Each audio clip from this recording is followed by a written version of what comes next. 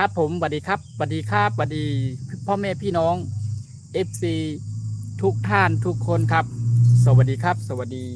พ่อแม่พี่น้อง FC ทุกภาคส่วนนะครับพี่น้องอ่าชาว FC ทั้งหลายนะครับในช่องทำอาหารพื้นบ้านคนไทยนะครับทั้งที่ผู้ติดตามใหม่ก็ดีและยังไม่ติดตามผมก็ดีนะครับที่เป็น FC พ่อพี่น้องใหม่ๆนะครับที่เพิ่งเข้ามาก็ดีนะครับวันนี้ผมช่องทำอาหารพื้นบ้านคนไทยนะครับผมพาทุกท่านทุกคนนะครับมาเยี่ยมชมมาแอลนะครับกับบรรยากาศในตามริมน้ำทุ่งนานะครับว่าหนองน้ำนั่นเองนะครับหรือไม่ก็ข้างในจะเป็นป่าหรือข้างในไปข้างในอีกก็จะเป็นเนินเขานะครับตอนนี้ก็อยากจะพูดคุยทักทายกับ FC พ่อแม่พี่น้องสักเล็กน้อยสักนิดหนึ่งนะครับในยามช่วงเช้าของวันนี้นะครับทำบอกไหมนะครับก็กินข้าวกินน้ำด้วยกันหน่อพี่น้อง FC หน่อหิวข้าวหิวน้ำระหว่างนี้ผมก็ไปเดินไปแอวมาเรียบร้อยแล้วน้ำมามีเจ้าหมอกเจ้าหางมาด้วยนี่น้องน้องหมามาด้วยครับเนี่ยเจ้าหมอกในเจ้าหมอกข้างแฮมเจ้าตาลข้างแฮมเจ้าตาลไม่มา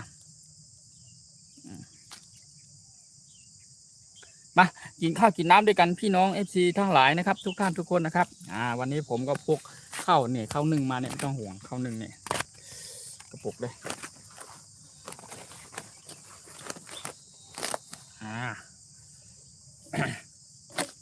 น้ำดื่มเนาะ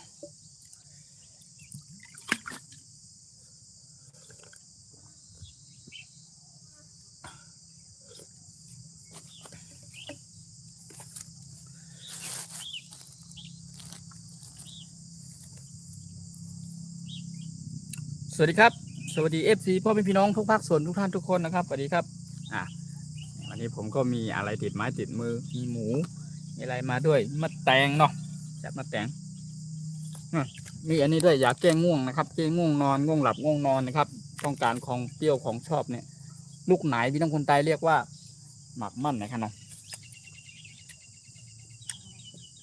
แค่นี้ก็เรียบร้อย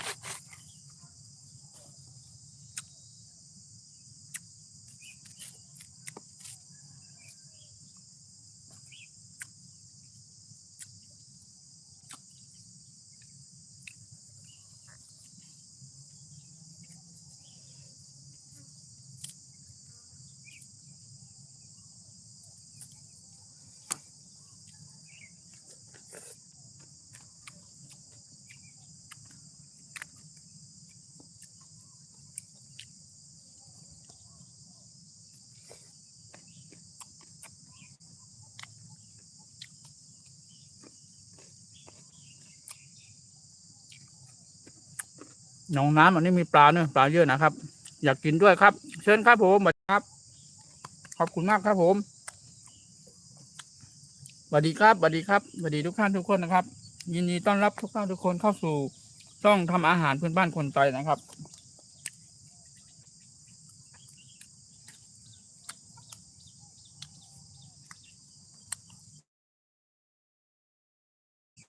วันนี้ก็ไม่มีอะไรมากมายนะครับมีก็สำหรับคนที่เดินป่าป่าอย่างผมนะครับนี่ก็หมูทอดนิดหน่อยนะครับหมูทอดแล้วก็หมูหมักเกลือแล้วก็ทอดนะครับแล้วก็ข้าวนึ่งข้าวเหนียวสัก1กระติกข้าวเนี่ย1 แอบพี่น้องคนใต้เรียกว่า1 แอบครับก็พอละอยู่ท้องละ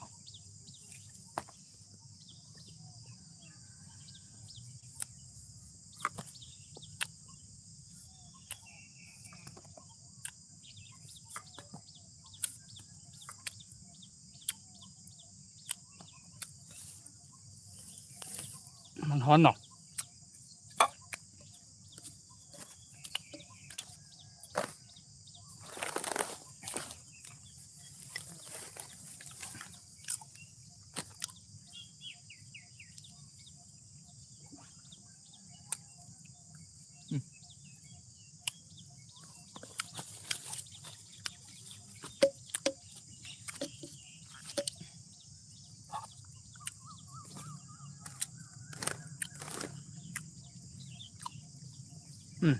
ไอ้บอกเพื่อนมาด้วย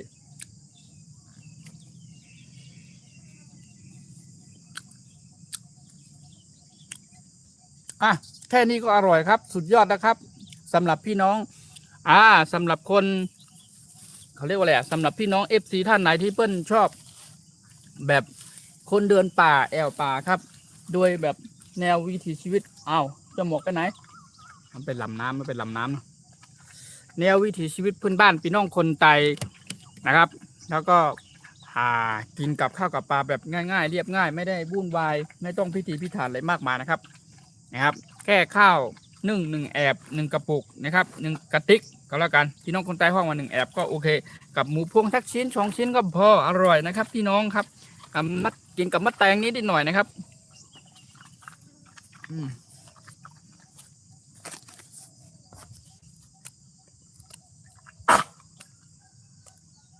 ไปเล่นน้ำไปหลำน้ำ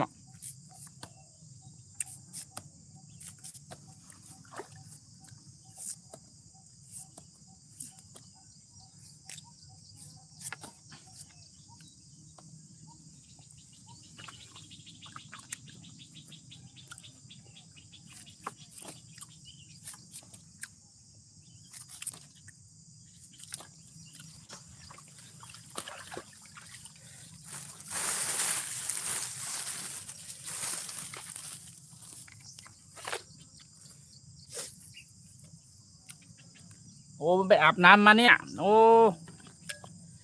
ครับผมเชิญครับสวัสดีครับผมนะเหมาะนี่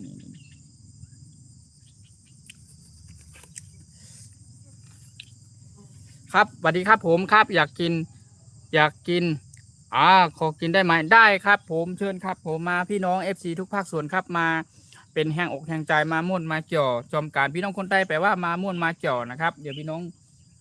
ชาวไทยหรือพี่น้องคนเมืองของเฮานะเพื่อนจะเรียกว่ามากินนำกันเด้อมากินด้วยกันนะครับโอเคครับขอบคุณมากครับจากพี่น้อง FC ทุกภาคส่วนทุกท่านทุกคนนะครับชอบบรรยากาศแบบนี้ใช่ไหมนี่มาแหมละมันจะไปไหนมันอยู่เนี่ย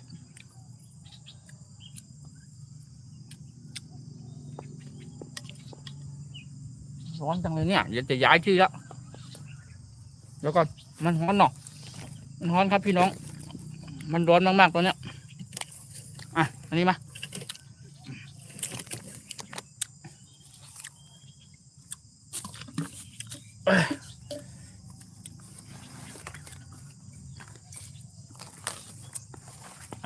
ที่รองก็ไม่มีผมใช้อันเนี้ยใบตองเนี่ย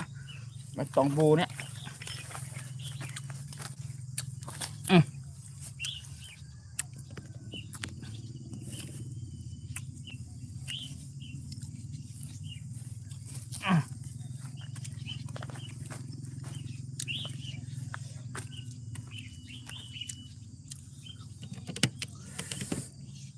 สวัสดีครับสวัสดีทุกท่านทุกคนนะครับสวัสดีครับ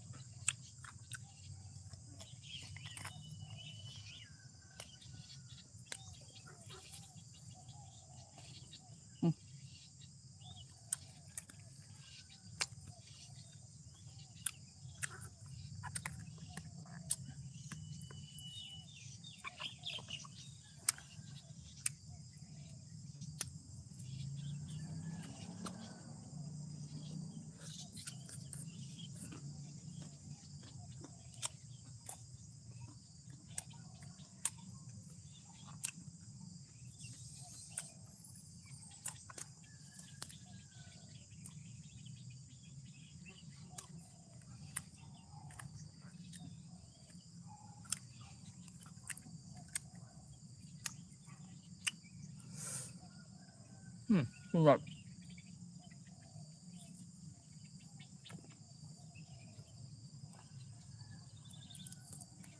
แต่หมู2 ชิ้นก็โอเคแล้วอิ่มแล้ว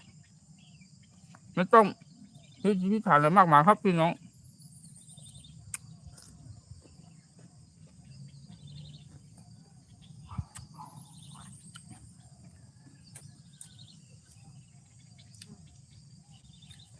อันนี้มาจอมเมจ้าพี่น้องคนใต้ครับบนห้องว่ามาใจมาใจแหน่งมาใจแหน่งใจใสใจเหในขนมหวานเหตกเม็ดเนี่ยปลา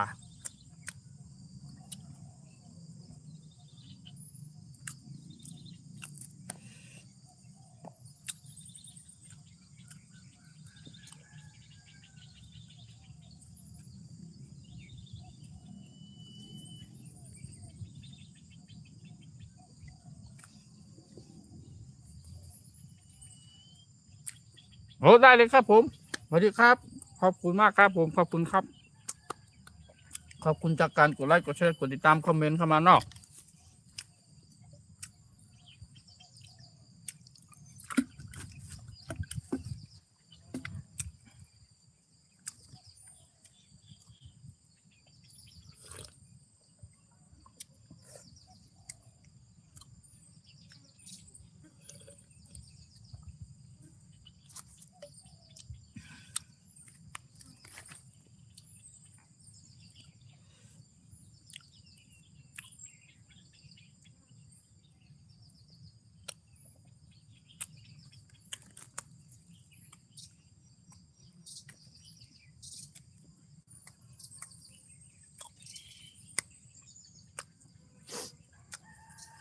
สวัสดีครับ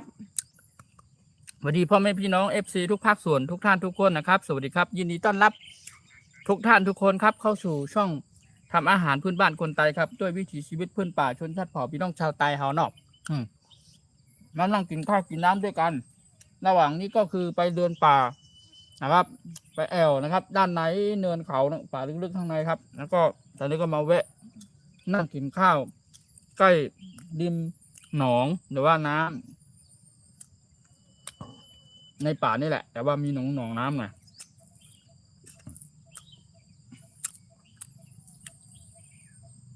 กับข้าวก็ไม่มีอะไรมากมายครับแค่หมูทอดหมูพวงนะครับหมูหมักเกลือใส่เกลือใส่พริกแล้วก็ปรุงเครื่องเรียบร้อยก็ทอดใส่7 ไม้7 มือมาแค่นี้ก็โอเคแล้วแค่นี้ก็มีความสุขแล้วครับผมน้ำมันจะหมดแล้ว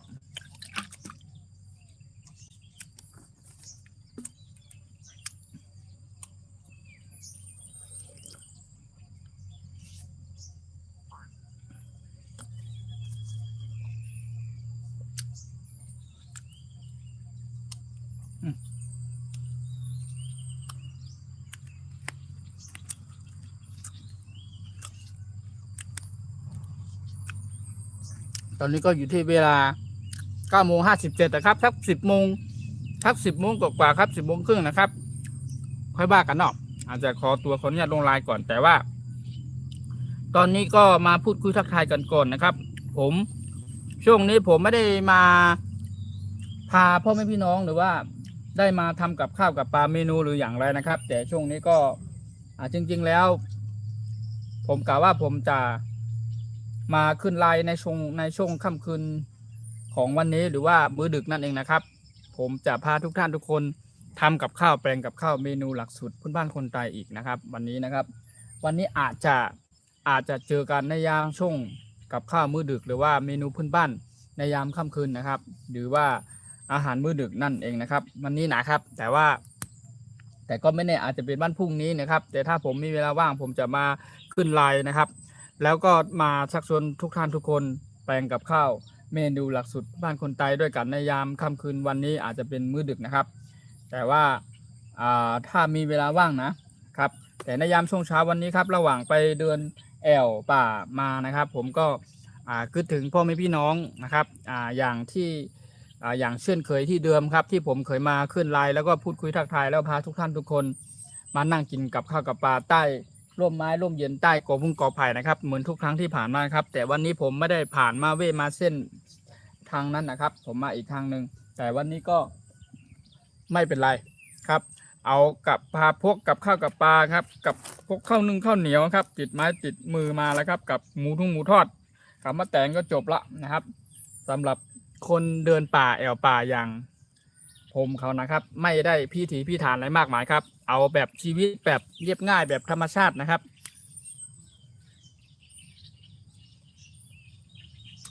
ตอนนี้ร้อนละถึงย้ายฉันละเห็นปะไอ้ไม่ร้อนเลยเนี่ยอาบน้ำมาแล้วโอ้กระโดดลงน้ำชัวร์หน่อยอันนี้ลงไปแล้วนี่ไอ้เจ้าตัวนี้ลงไปแล้วเจ้าหมวกนี่ไปเรียบร้อยแล้ว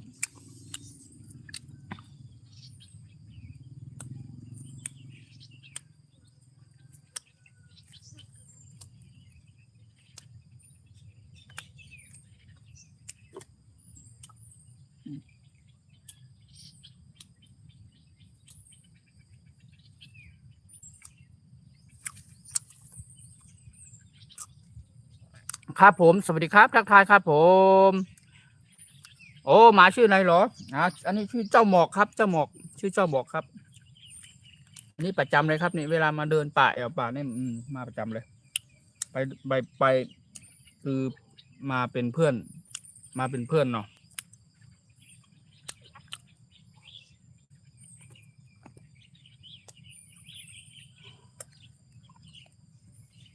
สวัสดีครับผมสวัสดีครับ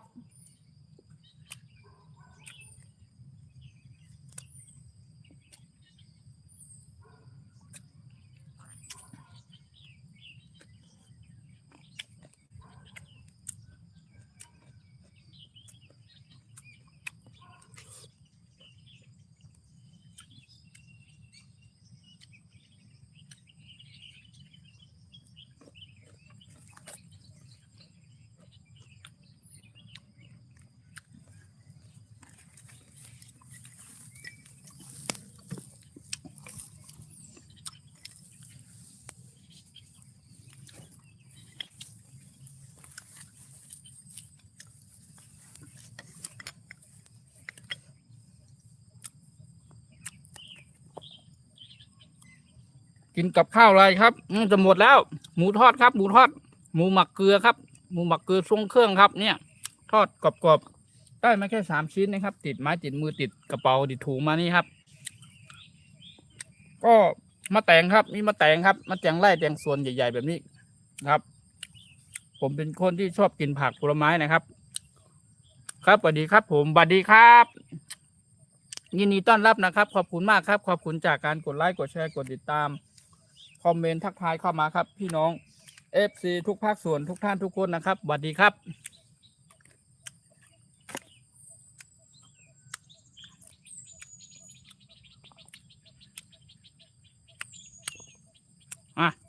หมูทอด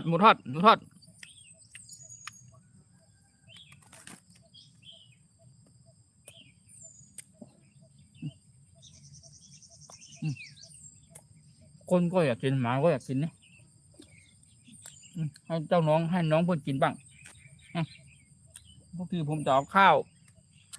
วกับน้ำแกงคลุกให้มันอะน้ำกระดูกอะอย่างนี้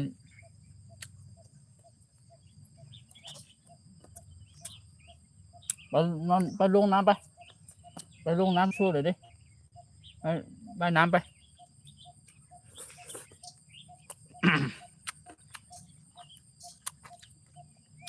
อร่อยครับผมสวัสดีครับครับอร่อยมากครับผมถึงแม้ว่าจะเป็นแค่มะแตงนะครับมะแตงสัก1 ลูกนะครับหรือว่าจะเป็นครึ่งลูกกับหมูทอดเล็กน้อยครับแค่นี้ก็อร่อยมากแล้วนะครับเนี่ยเห็นไหมมีลูกไหนในมาด้วยครับลูกไหนพี่น้องคนใต้เรียกว่าหมักมั่นนะครับกินอร่อยเนี่ยแก้ง่วง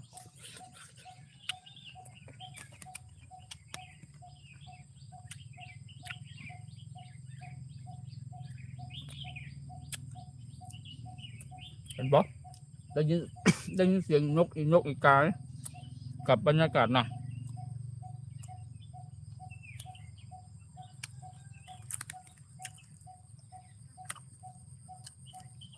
ครับผมสวัสดีครับสวัสดีครับทักทายครับผมสวัสดีครับพี่น้องทุกท่านทุกคนครับสวัสดีครับ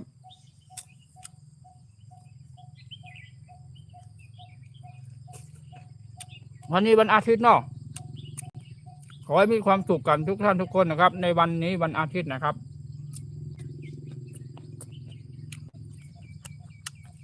Happy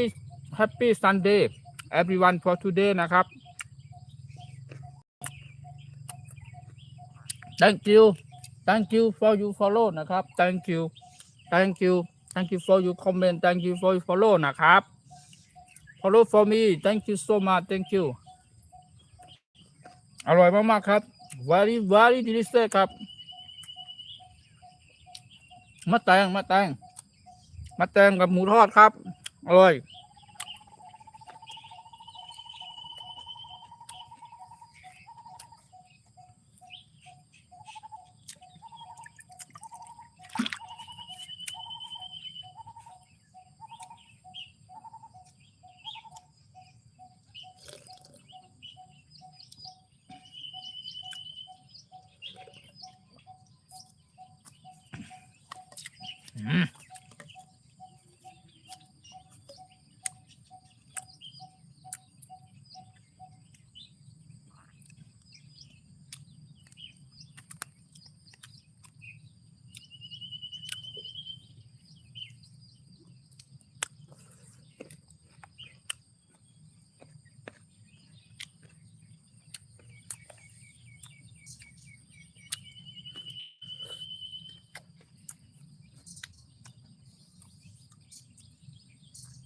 หอย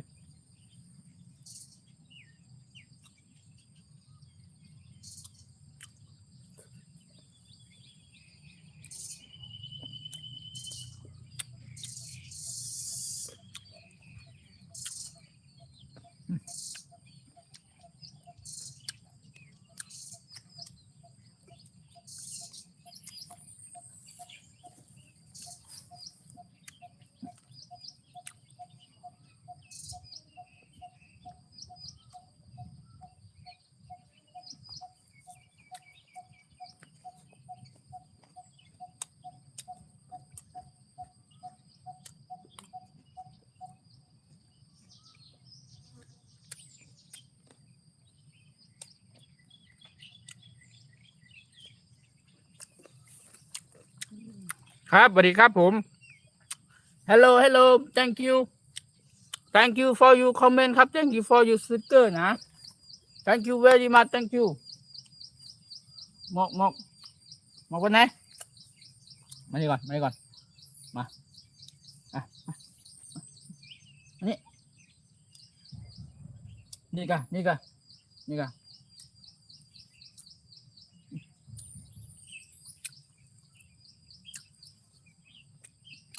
หมูทอดหมดแล้วเดี๋ยวก็พวงเปล่าเนี่ย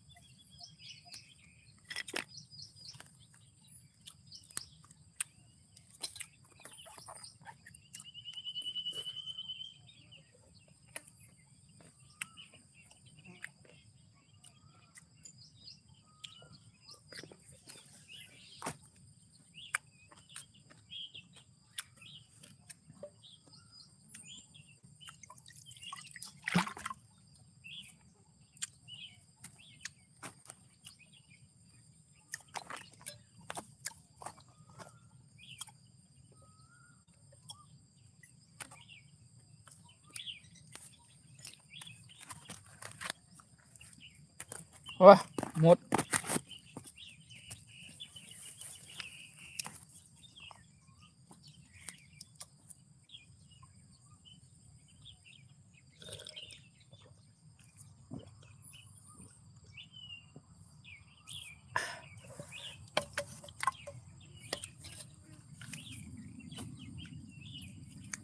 สวัสดีครับผมสวัสดีครับ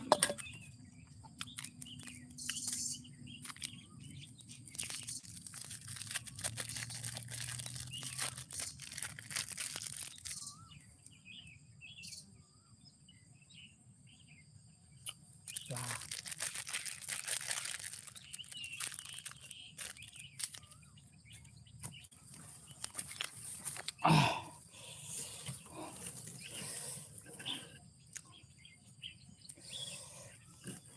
นี่มันเป็นริมนาเนี่ยริมนาริมคลองน้ำโอ้ฮอนเนาะทุกท่านทุกคน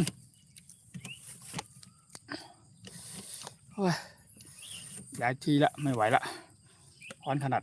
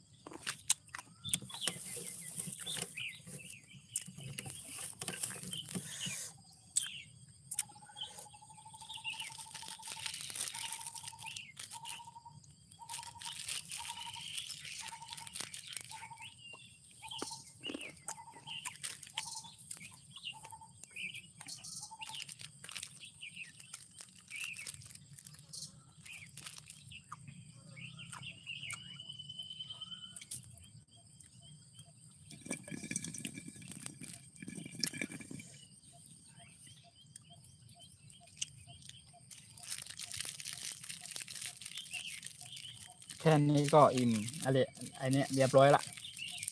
กินข้าวกินน้ำกินหมูทอดนะครับหมูทอดกับมะแตงนะครับกับบรรยากาศนะครับได้ยินเสียงอีนกอีการ้องจุ๊บจุ๊บแจ๊กเนี่ยโอ้แบบนี้ชอบมากไม่ต้องเป็นกับข้าวที่แบบต้องดูลาอะไรมากมายครับกับข้าวแบบประมาณนี้ก็โอเคอร่อยมากนะครับอันนี้ลูกไหน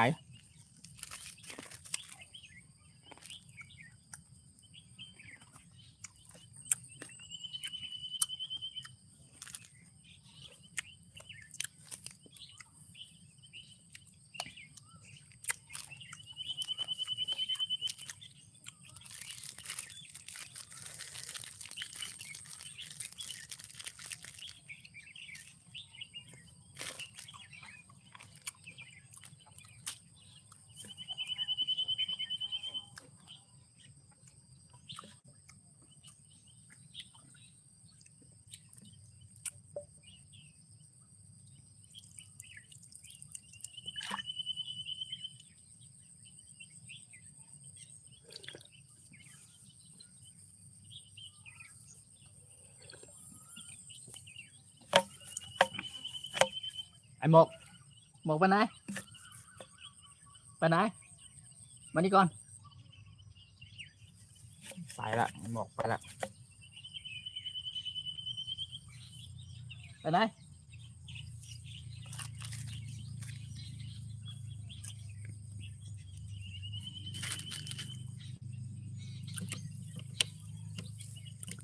อ่าอ่า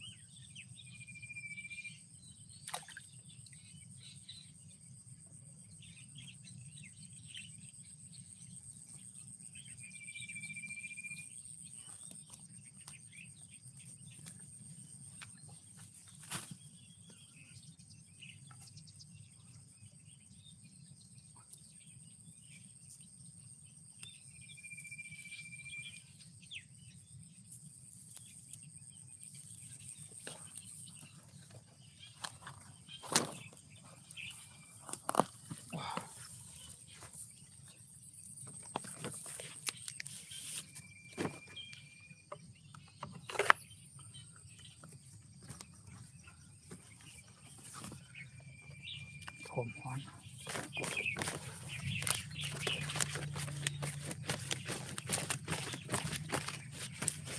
เหมาะนะ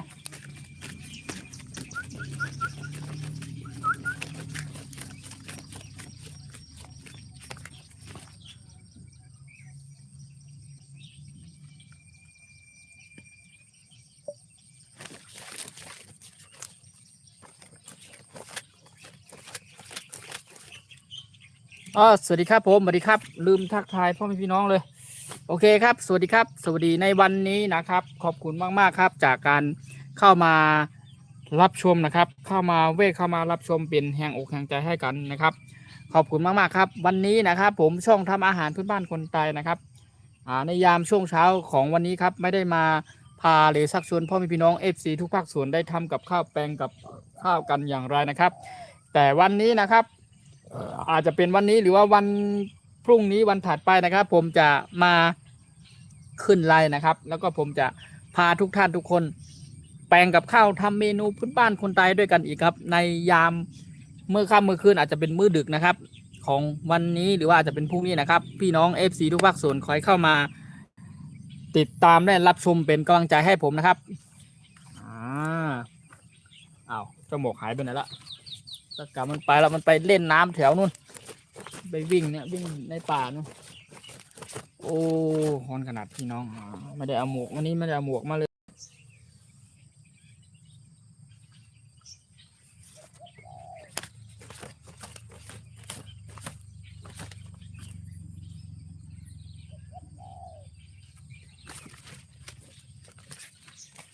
โอเคเนาะทุกท่านทุกคนนะครับวันนี้ก็เว่เข้ามารับชมแล้วก็เป็นกำลังใจให้ผมก็ขอบคุณมากๆนะครับทุกท่านทุกคนนะครับที่เข้ามาเยี่ยมชมเป็นกำลังใจให้กันตลอดทุกครั้งนะครับขอบคุณมากๆนะครับขอบคุณจาก FC พ่อแม่พี่น้องทุกภาคส่วนนะครับทุกท่านทุกคนนะครับขอบคุณมากๆครับจากพ่อแม่พี่น้อง FC ชาวต่างประเทศด้วยนะครับพี่น้องทุกภาคส่วนและรวมไปถึงพี่น้องทางโซนภาคใต้ภาคกลางภาคเหนือนะครับ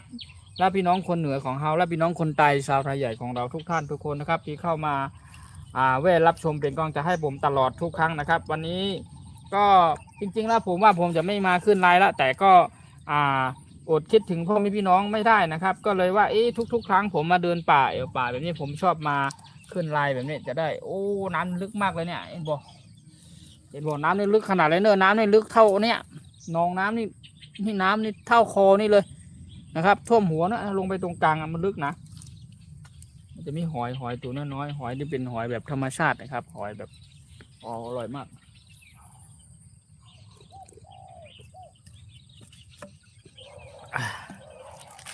โอเคเนาะครับเดี๋ยวอีกสักประมาณสักอีก5 นาทีก็แล้วกันนะครับผมจะขออนุญาตขออนุญาตลงไลน์ก่อนนะ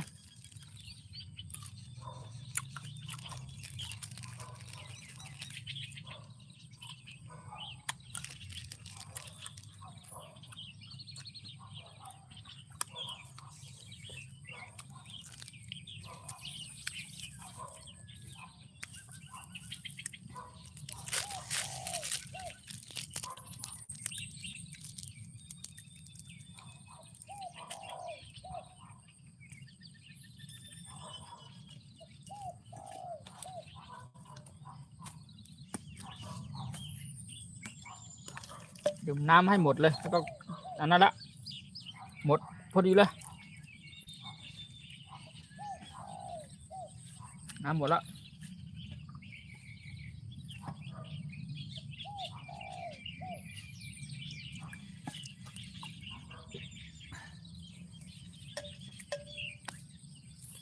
โอ้ร้อนขนาด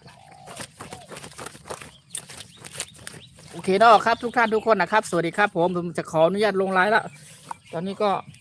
เริ่มร้อนแล้วอากาศเริ่มร้อนแล้วแสงแดดส่องเข้ามาเต็มแล้ว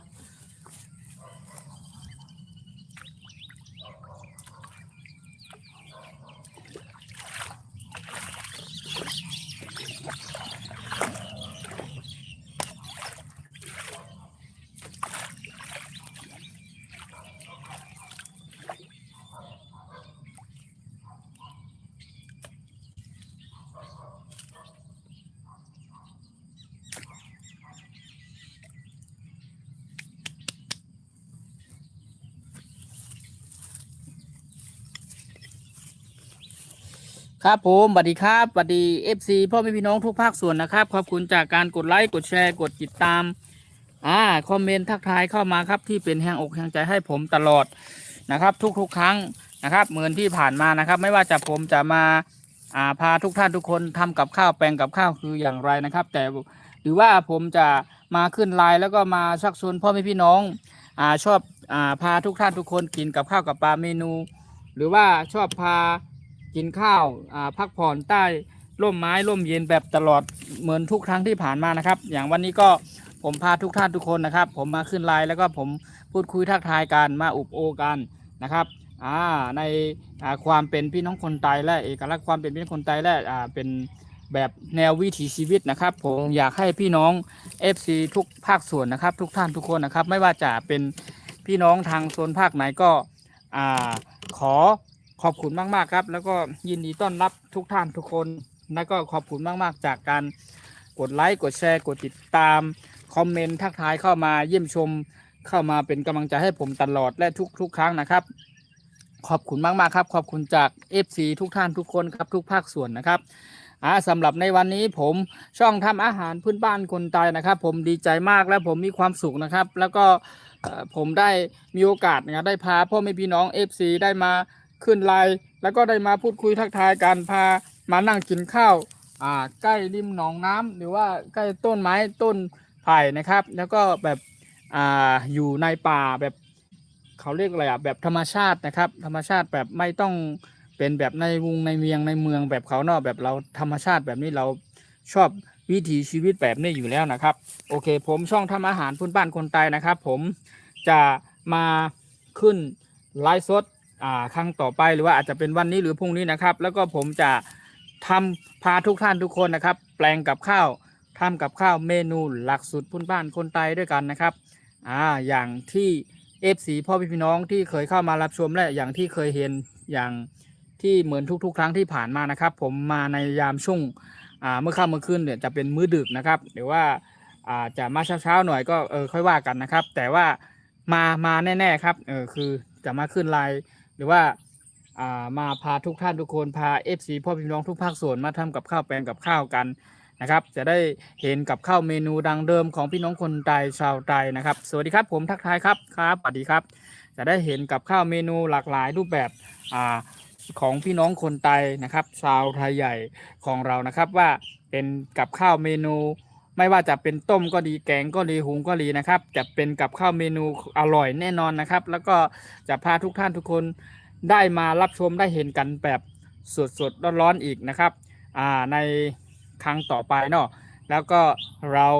พี่น้อง FC ทั้งหลายทุกท่านทุกคนที่คอยเข้ามาติดตามรับชมให้ผมตลอดทุกครั้งนะครับแล้วผมขอขอบคุณมากๆขอบคุณอีกครั้งหนึ่งครับที่เข้ามาเยี่ยมชมเป็นกำลังใจให้กันนะครับครับสวัสดีครับผมเชฟคนหล่อครับสวัสดีครับสวัสดีครับผมครับขอบคุณครับขอบคุณจากการกดไลค์กดแชร์กดติดตามคอมเมนต์ทักทายเข้ามานอกเข้ามาแล้วเป็นแห้งอกแห้งใจให้กันนะครับพี่น้องทุกท่านทุกคนทุกภาคส่วนนะครับวันนี้ผมไม่ได้มาเป็นเซฟทำกับข้าวนะครับในยามช่วงเช้าของวันนี้ครับ10 โมงตั้งแต่9 โมงครึ่งละตั้งแต่9 โมงตอนนี้ก็คือ10 โมงจะครึ่งละไม่เกิน10 โมงครึ่งนะครับ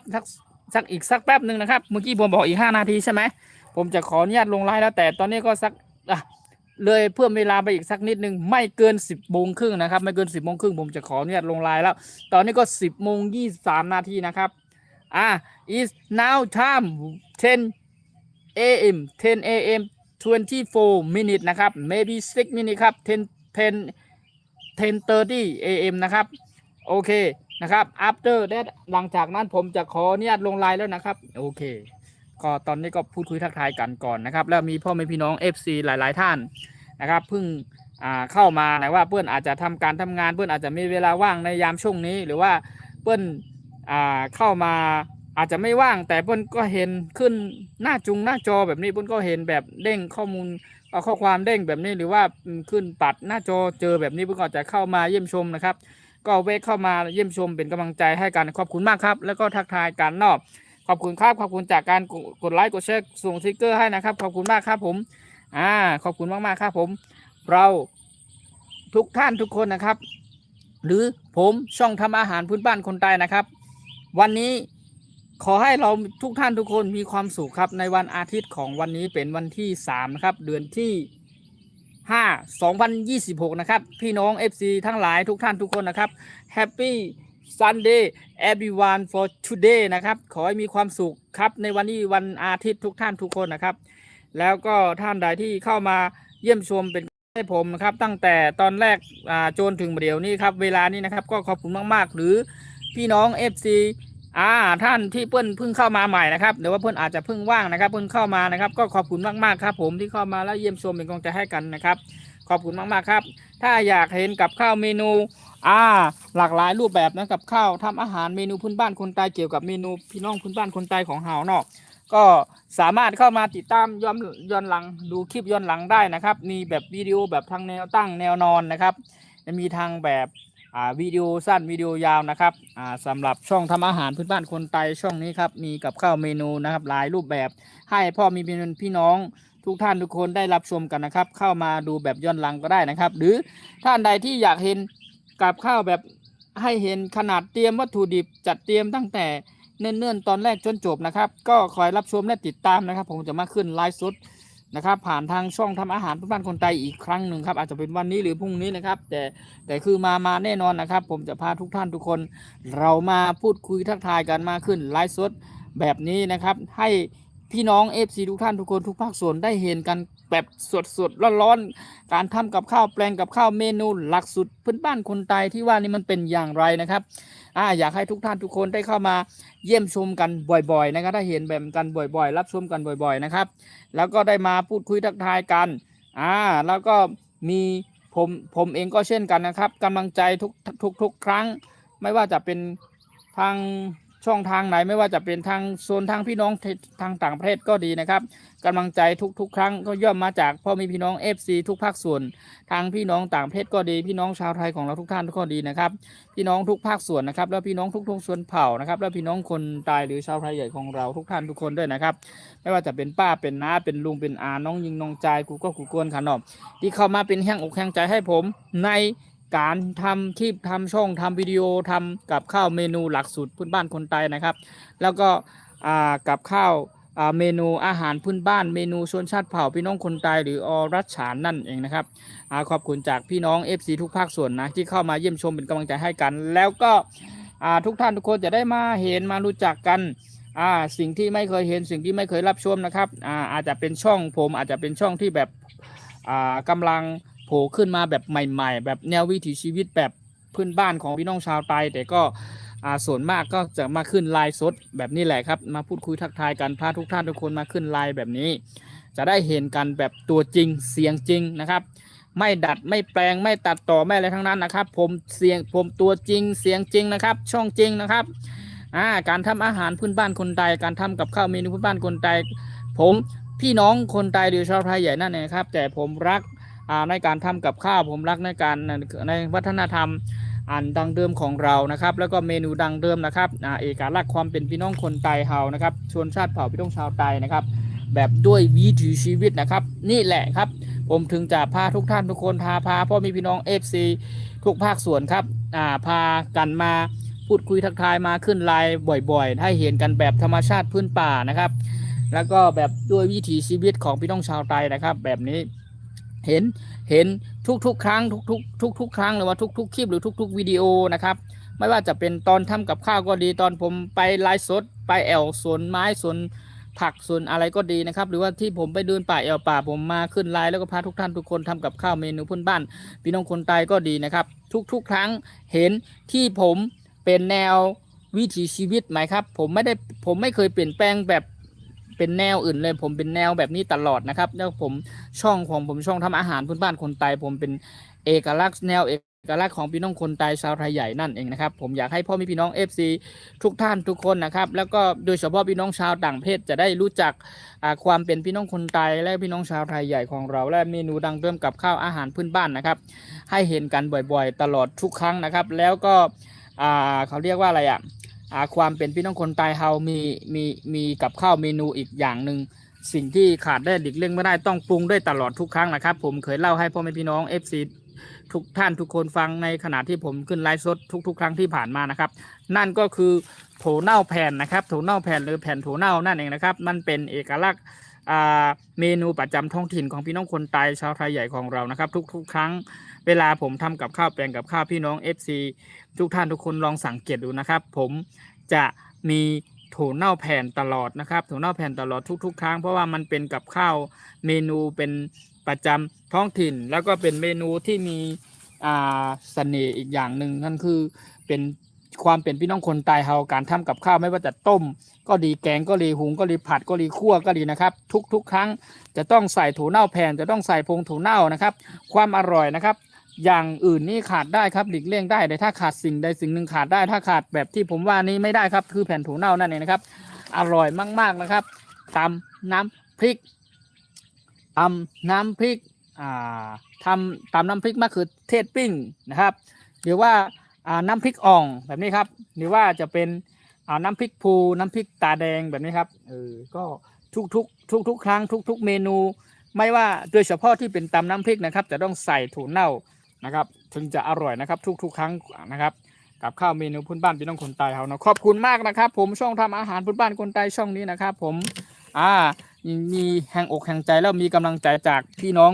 FC ทุกภาคส่วนนะครับที่เข้ามาเยี่ยมชมเป็นกำลังใจให้ผมตลอดทุกครั้งนะครับขอบคุณมากๆนะครับผมที่เข้ามาเยี่ยมชมเป็นกำลังใจให้กันนะครับผมจะขออนุญาตลงไลน์ก่อนนะครับตอนนี้ก็อยู่ที่เวลา10:30พอดีแล้วนะครับไว้มาพูดคุยทักทายกันใหม่เจอกันอีกครั้งหนึ่งนะครับต่อไปครั้งต่อไปนี่คือผมจะมาขึ้นไลฟ์นะครับแล้วก็ไลฟ์สดผ่านทางช่องทำอาหารบ้านคนไทยแบบนี้อีกนะครับผมจะพาทุกท่านทุกคนแปลงกับข้าวทำกับข้าวเมนูพื้นบ้านคนไทยด้วยกันมากินด้วยกันว่าการทำกับข้าวแกงกับข้าวต้มแกงหุงผัดคั่วมันเป็นอย่างไรนะครับอยากให้ทุกท่านทุกคนทุกภาคส่วนโดยเฉพาะพี่น้อง FC ชาวต่างประเทศพี่น้องทางโซนยุโรปพี่น้องชาวอังกฤษนะครับ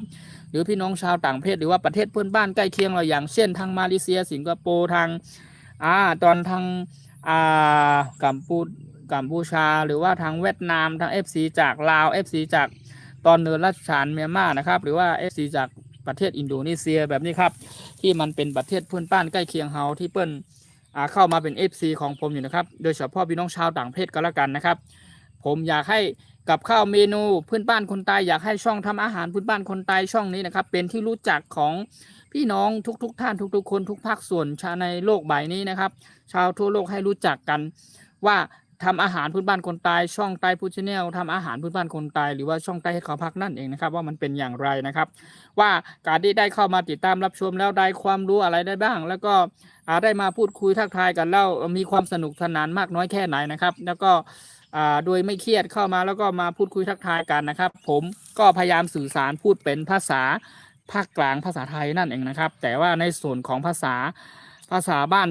โซนถิ่นบ้านผมนะครับก็ภาษาพี่น้องคนไทยหรือชาวไทยใหญ่นั่นเองครับผมก็อาจจะมีบ้างอาจจะพูดผสมผสานลงเล็กน้อยนิดหน่อยนะแต่ทุกครั้งนะครับการทักทายพูดคุยกันหรือว่าไม่ว่าจะเป็นการทักทายคำทักทายเป็นภาษาพี่น้องคนไทยเขานิดหนึ่งนะครับเวลาผมมาขึ้นไลฟ์สดนะครับผมจะกับพูดคุยทักทายเป็นภาษานะครับสวัสดีครับทุกท่านทุกคนใช่ไหมครับการทักทายกล่าวทักทายมันเป็นแบบเขาเรียกว่าเป็นคำที่จะต้องมาก่อนนะครับหรือ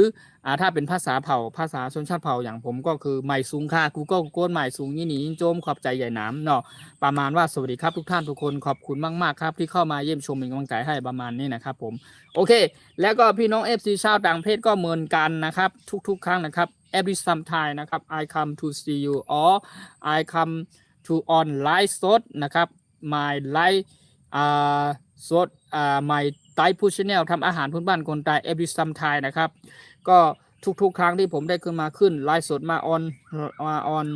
มาขึ้นไลน์แบบนี้นะครับมี FC จากพ่อพี่น้องหลายๆท่านเพื่อนอาจจะเข้ามาเยี่ยมชมนะครับแต่อาจจะเป็นพี่น้องชาวต่างประเทศนะครับแต่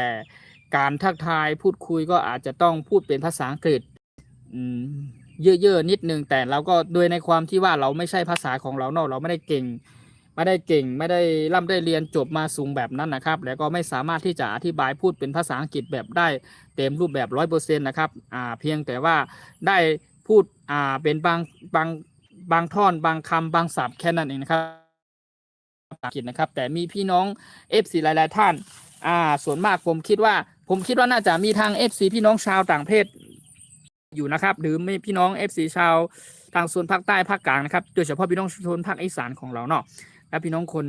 ไทยของเราทุกท่านทุกคนนะครับแล้วพี่น้องทุกชนเผ่าและพี่น้องคนไทยเราด้วยเนาะ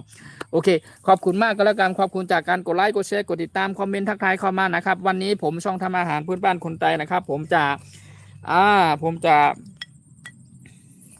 เขาเรียกว่าอะไรผมจะขออนุญาตลงไลน์ก่อนนะเดี๋ยวผมจะไหนๆก่อนผมนั่งใกล้ริมแม่น้ำแล้วผมจะรับมีดสักหน่อยรับมีดเสร็จแล้วผมจะกลับผมจะนั่นแหละผมจะเดินออกจากนี่แหละตรงนี้แล้วเพราะว่าผมจะไปสวัสดีครับผมสวัสดีครับโอเคเนาะอีกสักแป๊บหนึ่งผมจะขออนุญาตลงไลน์แล้ว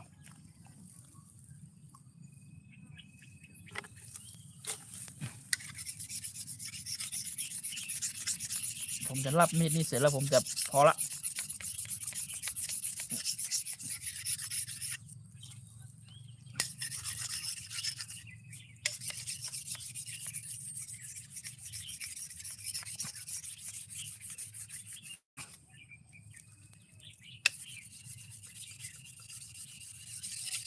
แป๊บหนึ่งเนาะผม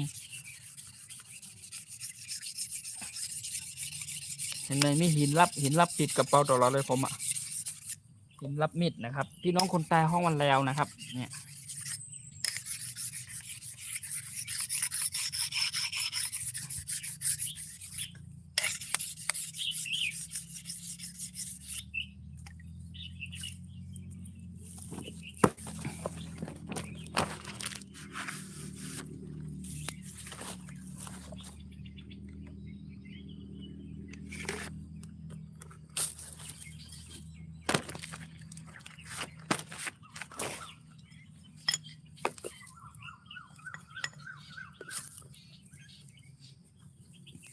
โอเคเนาะโอเคครับพี่น้อง FC ทุกภาคส่วนครับผมสวัสดีครับผมครับขอบคุณครับผมขอบคุณครับผมจากการกดไลค์กดแชร์กดติดตามคอมเมนต์เข้ามานะครับขอโทษนะครับที่ไม่ได้อ่านคอมเมนต์ทันทีตะกี้นะครับสุขสุมวิราชโอเคขอบคุณมากครับผมขอบคุณครับทักทายครับสวัสดีครับแล้วก็ดีเลขขอบคุณครับผมจากการกดไลค์กดแชร์กดติดตามคอมเมนต์ทักทายเข้ามานะครับเป็นแรงอกแรงใจให้ผมนะครับขอบคุณมากๆครับผมสวัสดีครับทุกท่านทุกคนนะครับตอนนี้ก็เลยมาแล้วครับ10:37แล้วนะครับผมจะขออนุญาตลงไลน์ก่อนนะขออนุญาตลงไลน์ก่อนนะครับทุกท่านทุกคนไว้มาพูดคุยทักทายเจอกันใหม่นะครับในวันถัดไปหรือครั้งต่อไปนั่นเองนะครับพี่น้อง FC ทุกภาคส่วนทุกท่านทุกคนนะครับสวัสดีครับขอบคุณมากๆครับผมที่เข้ามาเยี่ยมชมเป็นกำลังใจให้ผมนะครับขอบคุณมากๆครับผมสวัสดีครับขอบคุณจากการกดไลค์กดแชร์กดติดตามนะครับ thank you for you follow thank you for you comment นะครับ thank you very much thank you my FC everyone thank you okay นะครับ I think so many people so happy นะครับ happy Sunday everyone for today นะครับ thank you so much bye bye I come to see you again นะครับ see you again my FC everyone thank you so much thank you bye bye เข้ามาเป็นแรงอกแรงใจให้กันเยอะๆนะครับพี่น้อง FC ชาวต่างประเทศนะครับแล้วก็พี่น้องชาวไทยของเราทุกท่านทุกคนนะครับบายบายขอเนี่ยลงไลน์ก่อนนะขอบคุณมากๆครับผมสวัสดีครับทุกท่านทุกคนครับสวัสดีครับผมตอนนี้ก็ใช้เวลาไปแล้ว55นาทีแล้วครับสวัสดีครับโอเคขอบคุณครับบายบายsee you again my FC everyone bye bye thank you so much thank you bye bye ขอบคุณครับผมสวัสดีครับขอบคุณจากการกดไลค์กดแชร์กดติดตามส่งสติ๊กเกอร์ให้นะครับสวัสดีครับผมขอบคุณมากครับผมช่องทำอาหารพื้นบ้านคนไทยครับช่องนี้ครับยินดีต้อนรับทุกท่านทุกคนเข้าสู่ช่องทำอาหารบ้านคนไทยตลอดทุกครั้งนะครับพี่น้อง FC ที่เพิ่งเข้ามาก็เลยที่ติดตามแล้วที่เข้ามารับชมไว้นานแล้วก็ดีตั้งแต่แรกก็ดีนะครับจนถึงเดี๋ยวเวลานี้นะครับขอบคุณมากๆนะครับขอบคุณจากพี่น้อง FC ทุกภาคส่วนทุกท่านทุกคนนะครับที่เข้ามาเยี่ยมชมเป็นกำลังใจให้ผมตลอดทุกครั้งนะครับบายบาย thank you see you again ขอบคุณมากครับผมสวัสดีครับขอบคุณมากครับผมขออนุญาตลงไลน์ก่อนนะครับสวัสดีครับผมสวัสดีครับ